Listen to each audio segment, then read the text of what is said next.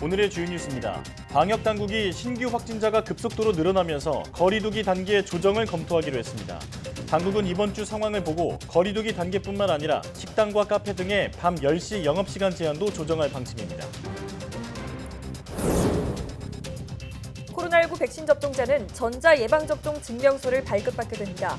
전자증명서는 전자출입명부와 같은 방식인 QR코드로 간편하게 인증할 수 있습니다. 미 보건당국이 접종 뒤 희귀혈전 사례가 발생한 얀센 백신의 접종 중단을 권고했습니다. 얀센 백신의 유럽 출고도 연기된 가운데 식약처는 한국 얀센에 혈장 관련 정보를 요청했습니다. 코로나19 장기화로 감소세를 이어가던 취업자 수가 13개월 만에 증가세로 돌아섰습니다. 3월 취업자가 1년 전보다 31만 4천 명 늘었는데 거리두기 단계 완화 영향과 지난해 3월 고용 충격에 따른 기저효과라는 분석입니다. 전 세계적으로 4차 대유행의 우려가 점점 짙어지면서 자국산 백신과 치료제의 중요성도 날로 커지고 있습니다. 오늘 바이오 포커스에서는 코로나19 치료제 글로벌 임상 2상을 진행하는 큐리언트의 남기현 대표이사와 자세한 내용 알아봅니다.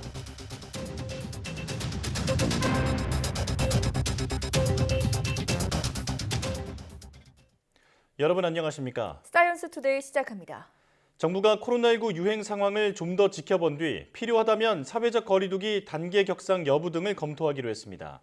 윤태호 중앙사고수습본부 방역총괄반장은 신규 확진자가 700명대로 올라선 점을 언급한 뒤 이번 주 상황을 종합적으로 판단해보고 거리두기 조정이나 영업시간 제한과 관련한 강화 부분을 같이 검토할 필요가 있을 것 같다고 말했습니다.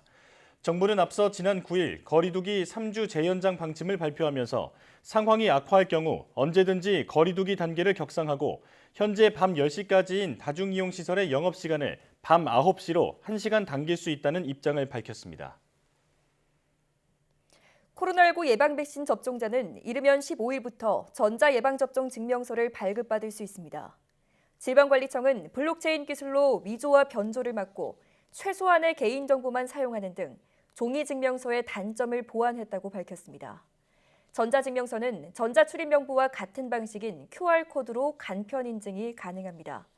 앞으로 사회적 거리두기 수준과 예방접종 완료자 규모 등을 고려해 전자증명서 발급자에게 자가격리 완화 등을 검토할 예정입니다. 전자증명서 발급 애플리케이션은 구글 플레이 스토어나 애플 앱 스토어에서 내려받을 수 있습니다. 방역당국은 코로나19 자가검사 키트를 감염 위험이 높은 학교와 콜센터에 활용하는 방안을 검토하고 있다고 밝혔습니다. 손영래 중앙사고수습본부 사회전략반장은 학교 교직원이나 콜센터 등 위험한 시설은 매주 한 번씩 PCR 검사를 하기에는 대상이 너무 많고 부하도 크다며 이같이 밝혔습니다. 자가검사 키트는 검사자가 직접 검체를 채취해 코로나19 감염 여부를 검사할 수 있어 편의성과 신속성이 장점입니다. 하지만 민감도가 낮아 양성 환자도 음성으로 나올 가능성이 있기 때문에 보조적 수단으로만 활용하겠다는 게 당국의 방침입니다. 미 보건당국이 존슨앤존슨사가 개발한 얀센 코로나19 백신의 사용 중단을 권고했습니다. 아스트라제네카 백신 접종 뒤 발생한 희귀혈전이 얀센 백신 접종 후에도 발생했다며 조사가 끝날 때까지 접종 중단을 권고했습니다. 이동헌 기자입니다. 미 질병통제예방센터 CDC와 식품의약국 FDA는 현지 시간 13일 공동 성명을 통해 얀센 백신의 사용 중단을 권고했습니다. 얀센 백신을 접종한 사람 가운데 6명에게서 드물지만 심각한 혈전이 보고됐다고 밝혔습니다. 이 중 1명은 숨졌고 1명은 위독한 상태입니다. 6명 모두 18세에서 48세 이하의 여성으로 접종 후 6일에서 13일 사이에 혈전이 발생했습니다. 혈소판 감소를 동반하는 희귀혈전으로 아스트라제네카 백신 접종에서 나타난 부작용과 동일합니다. CDC는 현지 시간 14일 예방접종 자문회의를 열어 이번 사례를 검토할 예정이고 FDA도 조사에 나설 예정인데 절차가 완료될 때까지 접종 중단을 권고했습니다. You want to make sure that safety is the important issue here. We are totally aware that this is a very rare event. We want to get this worked out as quickly as we possibly can. 얀센 백신은 지난 2월 말 FDA로부터 긴급 사용 승인을 받아 지금까지 680만여 명의 미국인이 접종했습니다. 백악관은 얀센 백신의 비중이 5%에 불과하고 화이자와 모더나 백신을 충분히 확보하고 있어 얀센 백신 접종 중단이 큰 문제가 되지 않는다는 입장입니다. 며칠 안에 얀센 백신의 안전성에 대한 결론이 내려질 것으로 예상되는 가운데 이미 백신 공급에 차질을 빚고 있는 유럽 등 다른 나라들의 사정은 급합니다. 존슨앤드존슨은 얀센 백신의 유럽 출시를 선제적으로 연기했습니다. 얀센 백신은 유럽연합에 6월 말까지 5,500만 회분, 3분기까지 추가로 1억 2천만 회분을 공급할 예정이었고 최근 아프리카 연합과도 4억 회분을 계약했습니다. YTN 이동원입니다. 얀센의 코로나19 백신이 혈전 우려에 휩싸이면서 전 세계 백신 보급에 차질이 빚어지고 있습니다. 미국 보건당국이 사용 중단을 권고하자 미국을 비롯한 세계 곳곳에서 이 백신의 접종을 중단하거나 도입을 연기하고 있습니다. 보도에 김진호 기자입니다. 뉴욕과 캘리포니아를 비롯한 미국 내 최소 35개 주가 보건당국의 권고 직후 얀센 백신의 접종을 즉각 중단했습니다. 얀센 백신 접종을 예약한 사람들에게는 화이자나 모더나 백신을 접종할 계획이라고 밝혔습니다. We have 8,800 individuals that have current reservations on the My Turn app, and we're working to convert those reservations to Moderna and Pfizer alternatives in real time. 미국의 양대 약국 체인인 CVS와 월그린도 얀센 백신 투여를 중단하기로 했습니다. 남아프리카 공화국도 이날 FDA의 권고가 나온 뒤 얀센 백신 접종을 중지시켰습니다. 남아공은 지금까지 28,900여 명의 의료 종사자에게 얀센 백신을 투여한 결과 혈전 발생 보고는 없었다면서도 예방적 조치로 중단 결정을 내렸다고 설명했습니다. 아직 얀센 백신 접종을 시작하지 않은 유럽 대륙에서는 백신 도입이 늦춰지게 됐습니다. 존슨앤존슨은 성명을 내고 유럽 보건당국과 이 사례들을 검토하고 있다며 유럽에서 백신 출시를 선제적으로 연기한다는 결정을 내렸다고 밝혔습니다. 1차 물량으로 18만 회분의 얀센 백신을 이미 받은 이탈리아는 신중하게 접근한다는 입장입니다. È chiaro che di fronte a una azione come quella della compagnia Johnson & Johnson noi prendiamo atto, le teniamo un attimino, verranno tenute un attimino in stand-by e verranno distribuite appena ci sarà chiarezza su questa situazione. 캐나다 보건부는 J&J 측에 혈전 사례와 관련한 정보 제공을 요구했으며 FDA 등 관련 당국과 긴밀히 협력 중이라고 밝혔습니다. 앞서 캐나다는 얀센 백신의 사용을 승인했으나 아직 백신을 제공받지는 못한 상태입니다. 아스트라제네카 백신이 혈전 부작용 우려를 일으킨 데 이어 얀센 백신마저 비슷한 문제로 장기간 사용 중단될 경우 세계 각국의 집단 면역 구상에 차질이 빚어질 것으로 우려되고 있습니다. YTN 김진호입니다. 미국 보건당국이 접종 중단을 권고한 얀센 백신과 관련해 정부는 아직 국내 도입 계획에 변동이 없다고 밝혔습니다. 중앙재난안전대책본부는 브리핑에서 질병관리청과 지속적으로 이 부분을 모니터링하며 안전성을 점검해 나가겠다고 이같이 말했습니다. 또 전체적인 백신 도입 계획과 관련해 현재 각 백신 공급사와 협의가 진행 중인 상황이라며 구체적으로 계획이 확정되는 대로 신속하게 공개하겠다고 설명했습니다. 정부가 도입 계약을 체결한 백신은 총 7,900만 명분이지만 올해 상반기 도입이 확정된 물량은 904만 명분에 불과합니다. 2분기부터 들여오기로 한 얀센과 모더나, 모바백스는 아직 초도 물량도 결정되지 않았습니다. 미국 등에서 얀센 코로나19 백신의 사용 중단을 권고한 것과 관련해 식품의약품안전처는 한국 얀센에 혈장 관련 정보를 요청했다고 밝혔습니다. 식약처는 또 미국의 조사 결과와 평가 내용을 확인하고 국내 추가 조치가 필요한 사항이 있는지를 검토하고 있다고 덧붙였습니다. 이에 앞서 식약처는 지난 7일 얀센사의 코로나19 백신에 대해 품목 허가를 결정했습니다. 당시 식약처는 보고된 이상 사례가 대부분 경증에 그치고 예방 효과는 접종 2주 뒤 66.9%, 4주 뒤엔 66.1%로 나타난 것을 확인했다고 밝혔습니다. 얀센 백신은 아스트라제네카와 화이자에 이어 국내에서 세 번째로 품목 허가를 받은 제품이며 우리 정부와 600만 명분 도입 계약을 맺었으나 구체적인 도입 일정은 확정되지 않았습니다. 화이자사의 코로나19 백신 25만 회분이 항공편으로 국내에 도착했습니다. 정부가 화이자와 구매 계약을 체결한 물량은 총 2,600만 회분이며 현재까지 국내에 인도된 물량은 150만 회분입니다. 정부는 오는 6월까지 550만 회분을 더 받을 예정입니다. 화이자 백신은 지역사회에 거주하는 75세 이상 고령층과 노인시설 입소 종사자 등의 접종에 쓰이고 있습니다. 정부가 확보했다고 발표한 코로나19 백신은 총 7,900만 명분이지만 상반기에 인도될 물량은 1,040만 명분으로 13%에 불과합니다. 화이자 백신에 이어 모더나 백신도 접종 6개월 후 90%가 넘는 높은 코로나19 예방 효과를 유지하는 것으로 나타났습니다. 미국 바이오 기업 모더나는 현지 시간 13일 공개한 3상 임상시험 업데이트 예비 결과를 통해 2차 접종 6개월 후에도 90% 이상의 예방 효과를 보였다고 밝혔습니다. 또 코로나19 중증을 예방하는 데에는 95% 이상의 효과를 보였다고 전했습니다. 모더나는 예방 효과가 6개월 이상 지속한다는 임상시험 결과를 근거로 자사 백신의 정식 사용 승인을 신청할 수 있을 것으로 전망됩니다. 앞서 화이자도 지난 1일 3상 시험 참여자를 대상으로 한 분석 결과 백신 예방 효과가 6개월 후 91.3%였다고 발표했습니다. 지난달부터 카페나 음식점 영업을 허용하는 등 경제 활동을 재개한 이스라엘이 다음 달부터 외국인 관광객의 입국을 허용하기로 했습니다. 이스라엘 보건부와 관광부는 공동 성명을 내고 다음 달 23일부터 백신을 접종받은 외국인 관광객의 입국을 재개한다고 밝혔습니다. 단 개인 관광객을 제외한 일부 단체 관광객으로 대상을 제한했습니다. 이와 함께 입국하는 관광객에 대해 비행기 탑승 전 코로나19 음성 판정 확인서 제출과 이스라엘 도착 시 백신 접종 여부를 증명하는 혈청 검사 결과를 제출하도록 했습니다.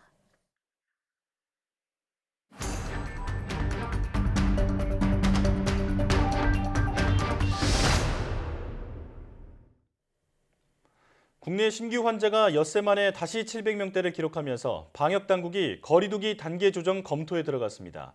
국내로 도입될 예정인 얀센 백신은 미국에서 접종이 일시 중단되면서 백신 수급 우려가 커지고 있는데요. 네, 고려대학교 약학대학 김정기 교수와 자세한 내용 알아보겠습니다. 전화로 연결돼 있습니다. 교수님 나와 계시죠? 네, 안녕하세요. 네, 13일 하루 확진자가 731명입니다. 지난 1월 7일 이후 최대 규모인데요. 이제는 4차 유행에 진입했다고 볼 수 있을까요? 일단 말씀하신 대로 최근 신규 확진자 규모가 물론 주말 휴가 때문에 일부 주말 이후에는 다소 감소하는 양상을 보이고 있습니다만 평일 수준으로 볼 때는 700명대를 보이고 있거든요. 네. 이 수치면 지난 2차 유행 때보다도 훨씬 더 많은 수치입니다. 그래서 이런 것들을 봤을 때는 이미 4차 유행이라고 진단해도 무방하지 않을까 이런 생각을 가지고 있습니다. 예. 네. 이렇게 확산세가 거세지면서 정부가 방역 대책 강화를 고심하고 있는데요. 거리두기 단계 격상과 영업시간 제한을 10시에서 9시로 1시간 앞당기는 방안을 검토 중입니다. 하지만 시행한다 하더라도 너무 늦은 게 아닐까요? 일단 최근에 현행 방역 단계를 3주 더 연장한다라고 발표를 했었고 현재 유지가 되고 있는데 예. 일단 이런 부분을 고수하지 않고 거리두기 단계를 상향하거나 수도권 밤 9시로 영업 제한을 한다라고 검토를 하겠다라는 부분 그 자체만으로도 일단은 고무적이라고는 생각을 하고 있습니다. 예. 다만 검토나 적용까지 너무 늦으면 지금 단계가 제가 보기에는 4차 유행의 어떤 규모를 결정짓는 골든타임이라고 생각을 하고 있기 때문에 이 골든타임을 너무 놓치게 되면 조만간 짧은 시간 내에 더블링이 발생할 가능성이 충분히 있습니다. 예. 네. 그렇기 때문에 검토나 적용까지 너무 늦으면 안 된다. 지금이라도 다소 늦긴 했지만 빨리 이러한 부분을 검토를 마무리해서 적용을 해야지만 지금 상황을 어느 정도 완화할 수 있지 않을까 이런 생각을 가지고 있습니다. 예. 골든타임을 놓치지 말아야 한다 이렇게 말씀해 주셨는데요. 오세훈 서울시장이 서울형 방역을 추진하면서 업종별로 영업시간 제한을 다양화하겠다고 밝혔습니다. 유흥시설의 영업시간을 밤 12시까지 늘리는 게 주요 내용인데 방역에 구멍이 뚫리진 않을까요? 앞서 말씀드린 것처럼 지금 단계는 상당히 위험한 단계의 기로에 서 있다라고 제가 말씀을 드렸는데 네. 만약에 오세훈 서울시장이 언급한 것처럼 이런 업종별 영업시간 다양화 같은 경우에는 지금 상황하고는 맞지가 않습니다. 그러니까 신규 확진자 규모가 지금보다 상당히 안정돼 있을 때는 고려해 볼 만하지만 지금 단계는 4차 유행의 규모를 판가름할 굉장히 중요한 시점이고 앞서 말씀드린 것처럼 골든타임이기 때문에 지금은 오히려 방역 조치를 보다 더 강화할 필요가 있습니다. 그런데 예. 업종별 영업시간 다양화는 이 부분을 완화하는 측면이거든요. 그렇기 때문에 이 맞지 않다라고 생각을 하고 있고 지금 뭐 9시까지 또는 10시까지 일괄적으로 운영을 제한하는 근본적인 이유는 경제나 사회활동 영위에 반드시 필수적인 시간대까지만 사람들의 움직임을 허용을 하는 거거든요. 예. 그 이외에는 가급적 사람들을 만나지 말라라고 하는 부분인데 그래야 억제가 가능하다라고 판단을 하고 있는 건데 이 부분을 일부 업종에 대해서 자유롭게 어떤 단계별로 12시까지 그러니까 영업시간을 확대를 하게 되면 어떤 특정 사람들은 실제로 저녁시간대부터 9시, 10시까지 식당에 갔다가 그 다음에 2차로 그 이후에 12시까지 영업을 하는 장소로 옮기게 되거든요. 그러면 굉장히 장기간 사회 밖에서 이렇게 노출이 되게 됩니다. 그렇게 되면 감염은 크게 확산할 것이다. 그러니까 지금 단계에서는 맞지 않는 어떤 방역 정책이다. 이렇게 생각을 하고 있습니다. 예. 네. 위험한 상황에 놓여져 있는 현재 시점에서는 완화가 아닌 강화된 방역 조치가 필요하다. 이렇게 말씀해 주셨습니다. 자가진단 키트와 관련해서도 논란이 많은데요. 정확도가 떨어지는 자가진단 키트 도입, 실효성이 있을까요? 일단 자가진단 키트는 말씀하신 것처럼 정확도가 떨어지는 것은 맞습니다. 그럼에도 불구하고 만약에 사용을 하게 되면 현재보다 지역사회 숨은 감염자를 일정 부분 더 찾아내는 데는 어느 정도 효과가 있을 거다라고 네. 생각을 하고 있는데 근데 가장 중요한 거는 위험성 부분이거든요. 그러니까 정확도가 떨어지기 때문에 위험성, 즉 감염이 됐는데 결과는 음성이 나오는 케이스가 발생을 하게 되면 내가 감염자인데도 불구하고 음성이라고 생각을 해서 타인을 마스크를 벗고 자유롭게 만날 수가 있습니다. 그렇게 네. 되면 이른바 슈퍼 전파자가 될 가능성이 상당히 높고요. 더군다나 지인 간 전파를 가속화시킬 우려가 있다. 그러니까 긍정적인 부분보다는 부정적인 부분이 훨씬 더 크다라고 저는 개인적으로 생각하고 있습니다. 예. 자, 긍정적인 부분보다 부정적인 측면, 그러니까 위음성이 나와서 그 위음성을 받은 사람이 슈퍼 전파자가 될 가능성이 있다. 이렇게 말씀을 해주셨습니다. 자, 아스트라제네카 백신처럼 얀센 백신도 혈전 부작용으로 미국에서 사용이 일시 중단됐습니다. 이렇게 바이러스 벡터, 그러니까 바이러스 전달체 백신에서만 유독 혈전 부작용 사례가 계속 나오고 있는데요. 이유가 뭘까요? 글쎄요, 그 근본적인 이유에 대해서는 아직까지 명확하게 밝혀진 부분이 없고 이 부분을 밝히려면 좀 상당한 시간이 소요될 거다라고는 보고 있는데 일단 아스트라제네카 백신도 그렇고 얀센 백신도 그렇고 공통점이 아데노바이러스를 전달체로 이용한 백신 플랫폼이거든요. 네.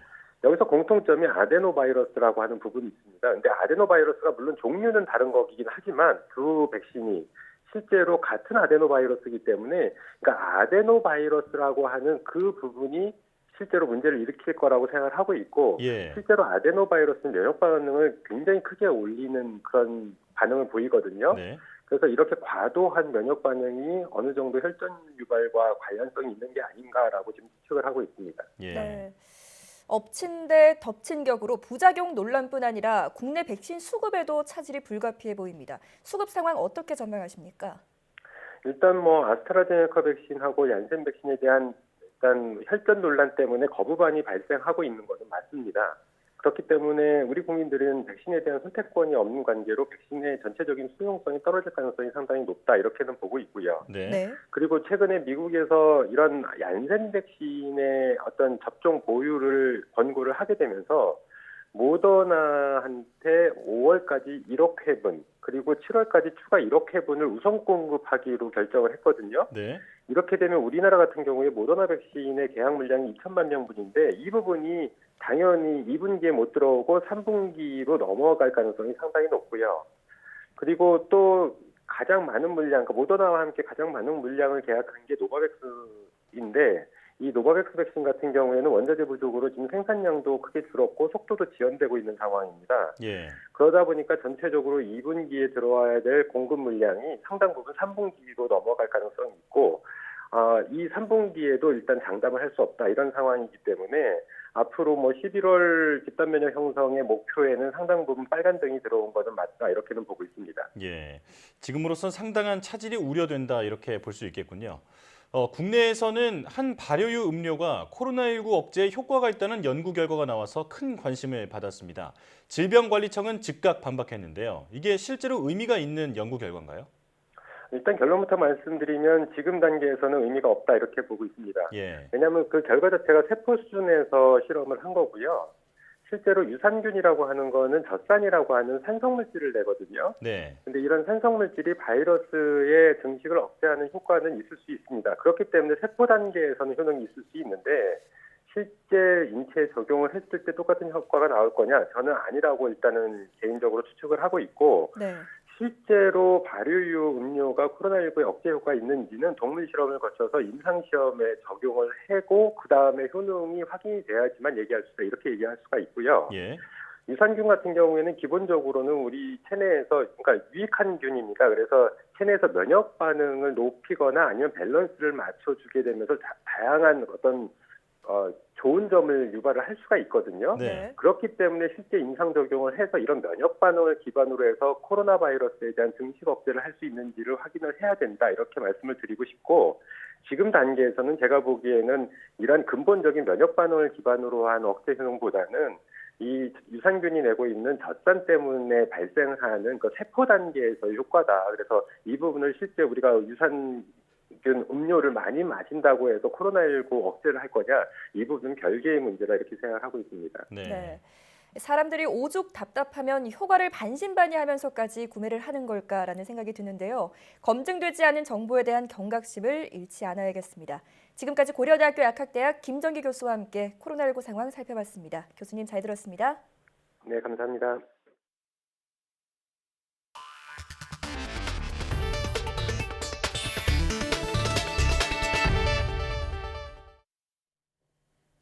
일본 정부의 후쿠시마 원전 오염수 방출 결정과 관련해 문재인 대통령이 아이보시 고이치 주한 일본 대사에게 직접 우려를 전했습니다. 일본의 오염수 방류 결정에 한국의 우려가 매우 크다며 본국에 잘 전달해달라고 말했습니다. 강민석 청와대 대변인 브리핑 들어보시겠습니다. 문재인 대통령은 오늘 아이보시 코이치 주한 일본 대사에게 일본의 후쿠시마 원전 오염수 해양 방류 결정에 대한 한국 정부와 국민들의 우려를 전달했습니다. 주한 일본 대사 신장 재정식 후 이어진 환담에서입니다.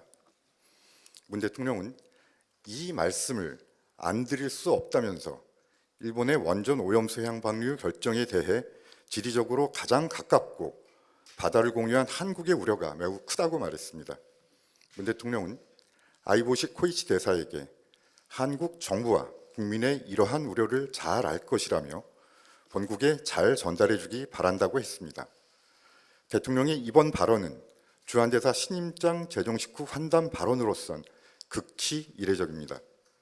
앞서 문 대통령은 청와대 내부회의에서 국제해양법 재판소에 일본의 원전 오염수 해양 방류 결정과 관련해 잠정 조치를 포함 제소하는 방안을 적극 검토하라고 지시했습니다. 원자력안전위원회가 일본 원자력규제위원회에 공식 서한을 발송하고 오염수 방출에 대한 객관적이고 독립적인 심사를 촉구했습니다. 위원회는 서한에서 일본 정부의 오염수 방출 결정에 대해 우리 국민의 우려가 크다고 밝히고 일본 원자력규제위원회의 객관적 심사와 함께 오염수 처분 과정의 모니터 결과를 신속하고 투명하게 공유해달라고 요청했습니다. 위원회는 이와는 별개로 지금까지 1년에 한 번 공개하던 바닷물의 방사능 분석 결과를 위원회 홈페이지에 즉시 공개하기로 했습니다. 또 일본의 오염수 방류에 대응하기 위해 2021년까지 해수 방사능 전문 인력을 보강하고 IAEA의 조사 검증에 우리 측 전문가 참여를 추진해 나가기로 했습니다. 후쿠시마 원전 사고로 발생한 방사능 오염수를 방류한다는 일본 정부의 결정에 수산업계와 시민단체가 잇따라 반발하고 있습니다. 수산업 경영인 연합회와 수협 등 수산업계는 14일 일본 대사관 앞에서 기자회견을 열고 오염수 방류를 결정한 일본 정부를 규탄했습니다. 업계는 일본 정부가 주변국과 어떠한 협상과 논의도 없이 일방적으로 방류 결정을 했다며 이는 생태계를 파멸하려는 반인륜적 행위라고 강조했습니다. 이들은 결정 철회를 촉구하며 일본 대사관을 직접 방문해 성명서를 전달하기도 했습니다. 앞서 한국소비자단체협의회 등도 같은 장소에서 기자회견을 열고 일본 정부의 오염수 방류 결정에 반발했습니다. 우리 정부는 일본산 수산물 수입을 전면 금지하고 국제재판소 회부 등 강경하게 대처하라고도 촉구했습니다. 타이완도 일본 정부의 후쿠시마 원전 오염수의 해양 방류 결정에 대해 유감을 표명했습니다. 타이완 총통부는 타이완 원자력위원회가 정식으로 반대 의견을 개진했고 환경단체들의 우려도 일본에 전달했다면서 이런 내용의 입장문을 발표했습니다. 장둔한 총통부 대변인은 일본 측은 각계의 다양한 의견을 직시하고 후속 안전조치와 관련한 완전한 정보를 타이완에 제공하기 바란다고 촉구했습니다.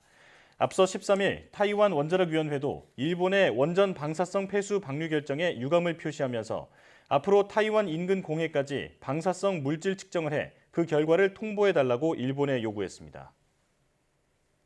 코로나19 사태 이후 줄곧 감소하던 취업자 수가 13개월 만에 증가했습니다. 사회적 거리두기 완화와 기저효과, 또 정부의 일자리 사업 등이 영향을 미친 것으로 보입니다. 오인석 기자입니다. 지난 2월 15일 이후 조정된 사회적 거리두기 완화는 대면 서비스업 고용 증가로 이어졌습니다. 타격이 컸던 교육 서비스업 취업자가 2월 8만 2천 명 감소해서 3월엔 3만 2천 명 증가로 돌아섰습니다. 숙박 음식점업은 3월에도 취업자가 줄었지만 감소폭이 크게 줄었고 도소매업도 감소폭이 줄었습니다. 정부의 공공 일자리 사업 영향이 있는 업종들은 취업자가 늘었습니다. 보건업과 사회복지 서비스업, 공공행정과 국방 등은 큰 폭으로 증가했습니다. 반도체와 자동차, 선박 등을 중심으로 수출 회복세가 지속되며 제조업 고용 감소폭도 4개월 연속 줄었습니다. 3월 취업자 수는 31만 4천 명 늘며 13개월 만에 증가로 전환됐습니다. 코로나19 사태 이후 첫 증가입니다. 이번 3월 고용다양은 전년 동월과 비교해 볼 땐 기저효과에 의한 요인도 크고요. 또 지난 2월 15일부터 시작된 사회적 거리두기 완화 효과도 다소 있었다고 생각되어집니다. 코로나로 가장 큰 충격을 받고 있는 20대 취업자는 13만 명 늘어 14개월 만에 증가했습니다. 반면 30대는 17만 명이 줄어 13개월 연속 감소했고 40대도 8만 5천 명이 줄었습니다. 줄곧 감소하던 임시 일용직 취업자도 거리두기 완화와 경기 회복 흐름에 힘입어 증가세로 전환됐습니다. 정부는 수출과 내수 개선으로 후행 지표인 고용이 코로나19 위기로부터 점차 벗어나는 모습이라고 평가했습니다. 하지만 코로나19 이전 수준까지 회복하려면 상당 기간이 걸리고 방역 상황도 엄중한 만큼 민간 일자리를 늘리는 데 정책 노력을 집중하기로 했습니다. YTN 오인석입니다. 3월 중 은행 가계대출이 6조 5천억 원 증가해 잔액이 총 1,009조 5천억 원에 달한 것으로 나타났습니다. 한국은행은 은행 가계대출이 2월 중 6조 7천억 원이 증가해 처음으로 1,000조 원을 넘어섰고 3월에도 6조 원 이상 늘었다고 밝혔습니다. 가계대출 가운데 주택담보대출은 지난해 4분기 늘어난 주택 매매와 전세 거래로 인해 3월에 5조 7천억 원 늘어 잔액이 739조 원에 달했습니다. 3월 중 은행의 기업 대출은 4조 6천억 원 늘었으나 2월에 8조 9천억 원 증가액보다는 증가폭이 크게 줄었습니다. 특히 은행의 대기업 대출은 분기 말 재무 비율 관리를 위한 일시 상환이나 직접 금융 조달 확대 등으로 2조 7천억 원 감소했습니다. 국내 미세먼지의 70% 정도는 겨울철과 봄철에 집중해서 발생합니다. 이 기간에 미세먼지를 줄이기 위해서 정부가 고강도 정책을 시행해 오고 있는데요. 실제 효과는 어느 정도 수준일까요? 최소라 기자입니다.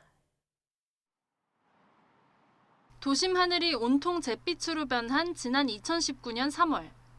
미세먼지 비상저감 조치를 7일 연속으로 발령할 정도로 재난 수준의 미세먼지가 발생하자 정부가 특단의 대책을 시행했습니다. 미세먼지가 주로 발생하는 겨울과 봄철을 대상으로 중점 관리에 들어간 겁니다.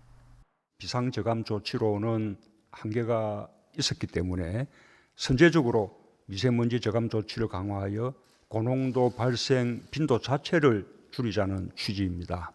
2019년 12월부터 2020년 3월까지 노후 경유차 등 배출가스 5등급 차량의 수도권 지역 운행을 전면 제한하고 석탄발전소 가동도 최대 27기까지 중단했습니다. 그 결과 전국 초미세먼지 평균 농도는 전년보다 세제곱미터당 8.9 마이크로그램 줄어들었습니다. 코로나19와 기상 영향 등 기타 변수를 제외하면 순수하게 계절관리제로만 세제곱미터당 1.9 마이크로그램을 줄였습니다. 배출에 의해서 어떤 PM2.5 농도 감소가 컸다라는 것은 우리의 잠재력이 생각하였던 만큼은 작지는 않다. 결국에는 새로운 우리가 관리할 수 있는 부분들을 발굴하고 관리해 나간다면 정부는 계절관리제가 소기의 성과를 낸 만큼 정책 보완을 통해 실질적인 개선으로 이어지도록 노력한다는 계획입니다. 특히 계절관리제가 국민 제안으로 시행된 만큼 국민 의견을 과학적인 정책으로 발전시키는 노력도 지속하겠다고 밝혔습니다. 정책의 연속성이 매우 중요한데 법률에 기반한 지속적이고 일관성 있는 기후 대응 정책이 필요한 이유가 전문가들은 미세먼지는 전 지구적인 문제지만 국민의 자발적인 참여가 중요한 만큼 정책 세미나와 토론 등을 통해 지속해서 소통해 나갈 것을 조언했습니다. YTN 사이언스 최소로입니다. 국내 연구팀이 근력이 필요한 부위에 착용하면 힘을 보태주는 근육 옷감을 개발했습니다. 힘든 육체 노동을 하는 분들은 물론 또 재활 분야 등에도 폭넓게 활용될 것으로 보입니다. 이혜리 기자의 보도입니다. 상자 서너 개를 한꺼번에 들고 계단을 쉼없이 오릅니다. 코로나19로 늘어난 물량 탓에 많게는 하루에 물건 수백 개를 나르고 나면 몸 구석구석 쑤시지 않은 곳이 없습니다. 무릎을 굽혔다 펴는 이른바 스쿼트 동작을 반복하지만 힘든 기색이 전혀 없습니다. 국내 연구진이 개발한 근육 옷감 덕분입니다. 10kg 정도의 물체를 들어 올릴 수 있는 근육 옷감입니다. 그런데 무게는 종이컵보다도 가볍습니다. 실제로도 약 3g에 불과한 옷감은 자기 무게의 약 1,500배에 달하는 5kg짜리 추를 거뜬히 들어 올릴 수 있습니다. 착용하기 전과 후를 비교했을 때 약 50% 정도 힘이 덜 드는 걸 느낄 수 있습니다. 근육 옷감의 핵심은 머리카락 절반보다 가는 굵기의 특수 합금을 스프링 모양의 실로 만든 뒤 옷감으로 짰다는 점입니다. 특정 온도에서 본래 모양대로 다시 되돌아오는 합금의 특성 때문에 근육의 수축과 이완을 돕습니다. 큰 힘이 필요하신 우리 간병 근로자분들, 그리고 무거운 물건들을 들고 옮기시는 택배 근로자분들, 그리고 근육이 감소돼서 거동이 불편하신 어르신들께서 부담 없이 접근할 수 있는. 연구팀이 개발한 근육 옷감은 다른 소재보다 저렴해 경제성도 갖췄습니다. 연구팀은 기술 이전을 통한 대량 생산과 제품화도 머지않아 가능할 것으로 내다보고 있습니다. YTN 사이언스 이혜리입니다.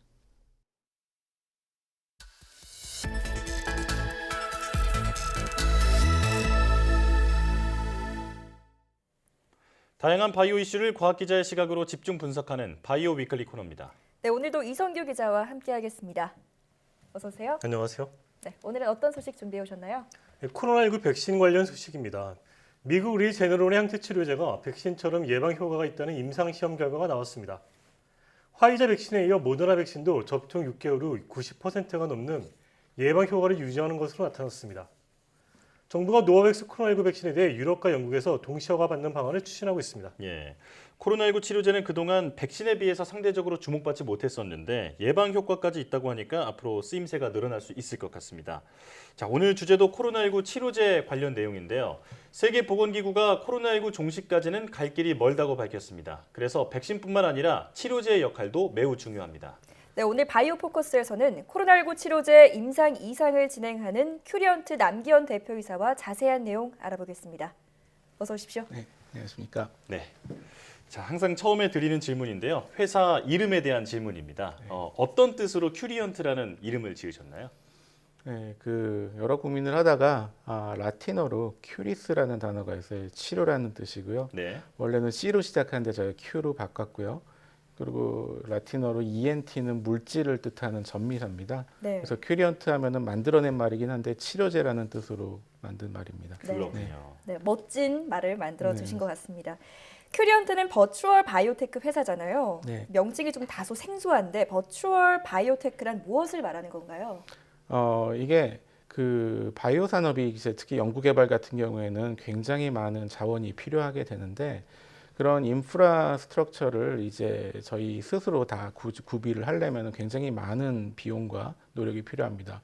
그리고 연구개발은 방향이 항상 어느 쪽으로 변할 수도 있기 때문에 그거를 선제적으로 투자하기도 굉장히 부담스럽고요. 그래서 네. 버추얼 바이오텍이라고 하면은 그런 필요한 자원들을 다 외부에서 조달을 하고 이제 저희 내부에서는 그거를 기획하고 관리하는 이런 어떤 연구 관리의 그 머리가 되는 거죠. 머리 네. 조직만을 가지고 있고 실제 손발이 되는 조직은 전부 회사 외로 돌려서 연구 개발을 진행하는 조직입니다. 예. 그러니까 이 사업의 어떤 머리가 되는 부분은 큐리언트가 소유하고 있지만 손발은 다른 회사가 맡겼다 이런 의미인 것 같은데요. 네, 저희 이제 그 굉장히 여러 회사들인데 저희하고 관계를 맺고 있는 회사가 전 세계적으로 이제 1000여 개 이상 있을 정도로 예. 네, 이렇게 여러 회사들이랑 같이 그때그때 맞는 회사를 찾아서 일을 하는 모델이 되겠습니다. 예. 이 독일에 굉장히 그 유명한 R&D 기관 중에 이제 그 막스 플랑크 연구소가 있잖아요. 프랑스엔 파스텔 연구소가 있고 네. 이런 좀 세계적인 그런 연구 기관에서 기술을 도입을 했잖아요. 네. 이게 어떤 배경이고 또 의미는 어떤 건지 좀 설명 좀 해주시죠. 아, 네. 저희가 그 창업을 할 때, 처음 시작을 할 때 그 파스테르 한국 파스테르 연구소에서 분사를 하면서 시작을 했습니다. 네. 이제 한국 파스테르 연구소는 이제 프랑스 파스테르 연구소에 모체를 두고 있는데 이 프랑스 파스테르 연구소 같은 경우에는 이제 결핵 에이즈를 최초로 발견한 그런 아주 유석 있고 노벨상이 한 8개 정도 받았을 겁니다. 그런 연구소에서 신약 개발을 위해서 한국 정부가 유치를 했던 기관이고요. 거기서 예. 저희가 이제 그 분사가 돼서 나왔습니다. 그래서 저희가 첫 번째 프로젝트인 결핵 프로젝트가 이제 파스테르 연구소에서 이제 시작이 됐는데 이렇게 그 굉장히 기반이 탄탄한 과학을 근거로 해서 신약을 개발하는데 할 수 있게 된다는 데 의의가 있는 거고요. 네.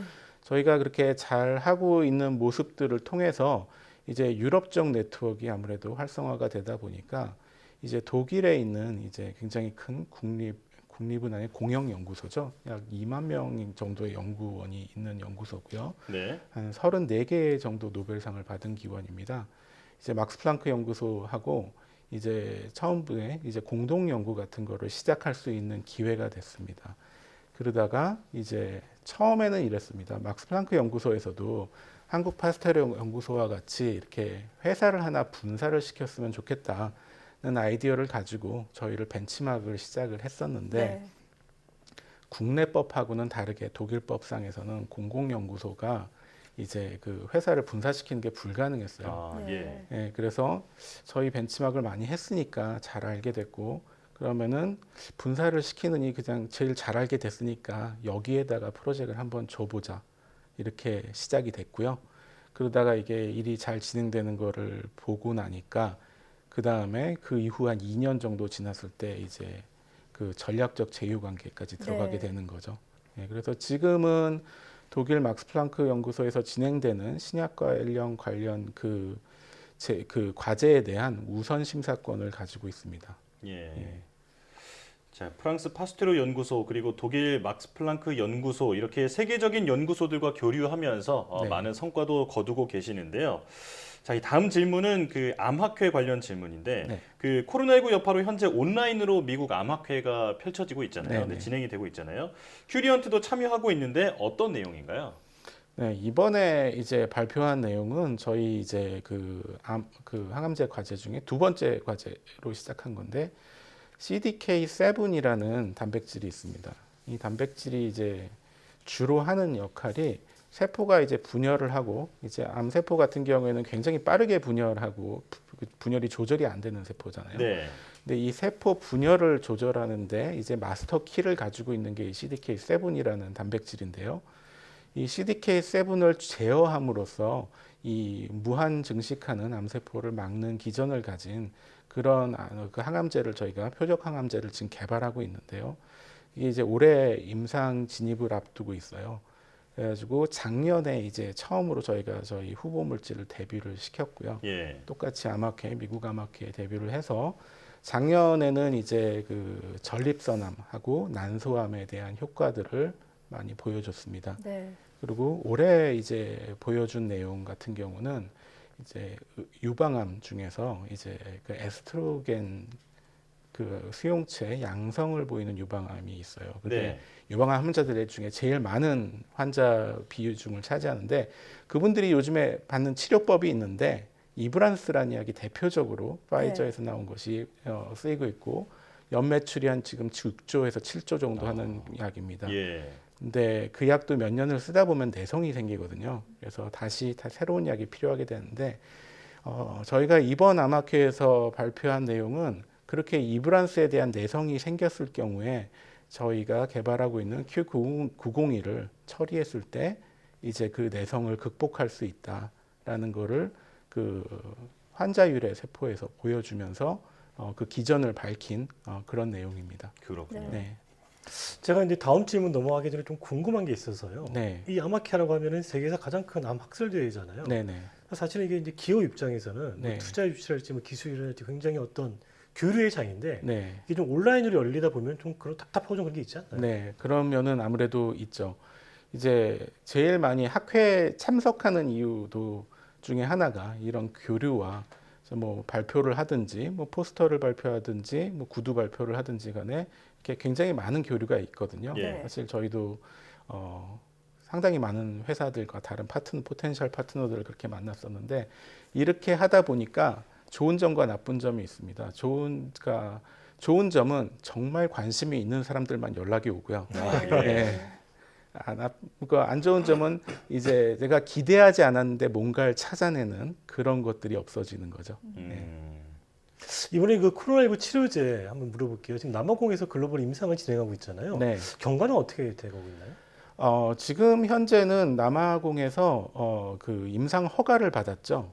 임상 허가를 받았고 이게 지금 배경이 있는 게 원래 이게 결핵 치료제로 개발을 하던 약이에요. 근데 이 결핵 치료제로 개발을 하면서 저희가 어떤 상황을 봤었냐면은 폐에서 염증 반응이 줄어드는 거를 봤습니다. 예. 근데 그때는 그냥 결핵 치료제에 도움이 되겠다, 염증이 줄면 그 정도로 생각하고 있었는데 이제 작년부터 알려지기 시작한 게 결핵 치료제, 결핵에서 일어나는 염증 반응하고 코로나가 걸렸을 때 폐에 일어나는 염증 반응이 상당히 유사한 걸로 네. 이제 미국 병리학회지에 나오기 시작하면서 저희 약을 이 코로나 환자들이 특히나 부작용을 많이 겪는 환자들이 그 염증을 줄이는데 사용할 수 있겠다는 생각으로 했고요. 네. 결핵 치료제 개발을 이상을 남아공에서 진행을 했었어요. 그래서 남아공에다가 당국에 환자도 그쪽에 많기 때문에 그 신청을 했고요. 신약 개발 그 임상 허가를 신청을 했고 임상 허가가 바로 이제 굉장히 빨리 나왔죠. 예. 그러고 나서 이제 지금 첫 번째 환자 투약이 이제 곧 시작이 될 예정입니다. 그 동안에 이제 준비 작업이 사실 허가가 좀 빨리 나오는 네. 그게 있어가지고 네. 준비 작업을 하고 이제 곧 첫 환자 투약이 시작될 예정에 있습니다. 네. 예. 코로나 치료제 연구 현황을 들어봤는데요. 큐리언트의 주요 파이프라인 소개도 좀 해주시죠.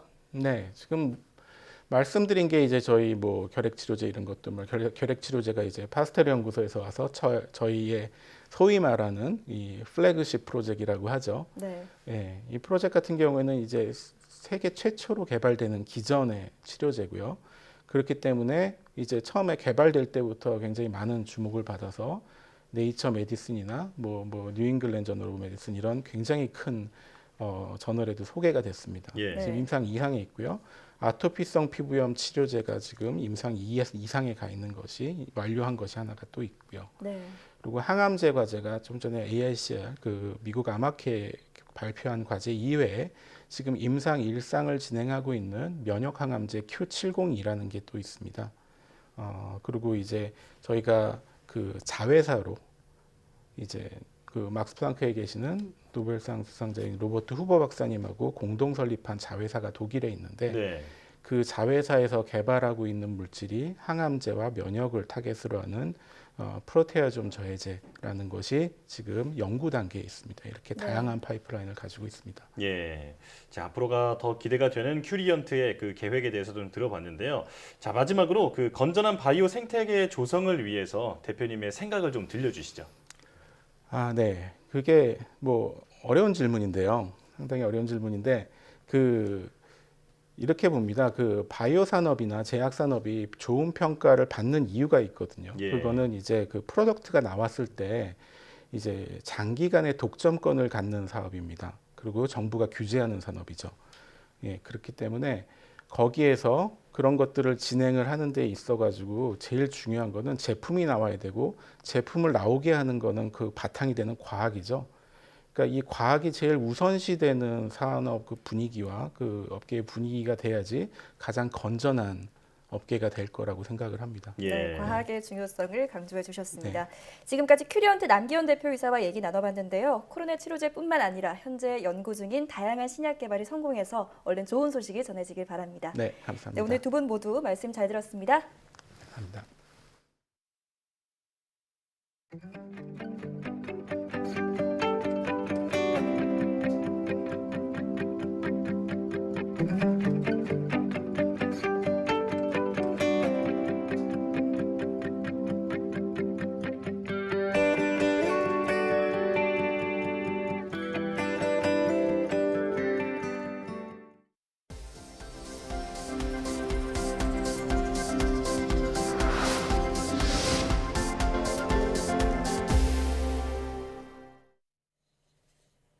인공지능을 활용해 사진 속 얼굴로 고혈압 환자를 가려낼 수 있다는 연구 결과가 나왔습니다. 한국한의학연구원 이상훈 박사 연구팀은 고혈압 환자 사진 1000여 장을 토대로 환자의 얼굴색과 형태 정보를 추출하고 인공지능 기술을 활용해 고혈압을 예측할 수 있는 특징을 도출했다고 밝혔습니다. 연구팀은 기술을 이용해 고혈압을 예측하고 정확도를 살펴본 결과 여성은 0.827, 남성은 0.706으로 유의미한 수준이었다고 말했습니다. 사회적 거리두기 여파로 저녁과 주말에 인터넷을 사용하는 사람들이 늘어난 것으로 나타났습니다. KT그룹 디지털 미디어랩 나스미디어가 발표한 조사 결과를 보면 저녁 6시 이후 인터넷 사용은 7%포인트, 주말 사용 시간은 12%포인트 늘어난 것으로 나타났습니다. 정보검색 서비스 순위는 네이버가 88.1%, 유튜브가 57.4%, 구글이 48.6% 순이었습니다. 온라인 동영상 시청 채널은 유튜브가 91.8%로 가장 많이 이용하는 것으로 나타났고 넷플릭스가 46%, 네이버가 31.5%로 집계됐습니다. 코골이가 잦은 아이는 뇌구조가 변해 문제 행동을 보일 가능성이 커진다는 연구 결과가 나왔습니다. 미 메릴랜드대 연구팀은 9살에서 10살 아이 만여 명을 분석한 결과 일주일에 3일 이상 코를 골며 자는 아이는 뇌에서 추론 기능과 충동 억제를 관장하는 부위의 두께가 얇았다고 밝혔습니다. 또 이런 변화가 일어난 아이는 불안이나 공격적 행동, 집중력 저하 등 문제 행동을 보일 가능성이 일반 아이들보다 3배까지 높았다고 설명했습니다. 국립과천과학관은 오는 17일 달이 화성을 가리는 화성 엄폐 현상을 태국 국립천문연구원과 함께 유튜브로 생중계한다고 밝혔습니다. 화성 엄폐는 17일 오후 10시 12분부터 11시 27분까지 펼쳐지는데 태국과 인도, 미얀마 등 일부 지역에서만 관측할 수 있습니다. 과학관은 화성 엄폐 현상은 우리나라에서 1987년 이후 아직 한 번도 관측되지 않은 천문 현상이라며 국내 관측 가능한 화성 엄폐 현상은 2042년에나 있을 것이라고 설명했습니다. 현대차가 우주선을 닮은 새로운 다목적 차량 스타리아를 공개하고 15일부터 판매를 시작합니다. 이용 목적에 따라 3인승부터 11인승까지 여러 가지 모델로 출시되는 스타리아는 공간을 다양하게 활용할 수 있는 점이 특징입니다. 현대차는 별 사이를 유영하는 우주선에서 영감을 받아 별과 물결을 합친 스타리아로 차 이름을 지었다고 설명했습니다.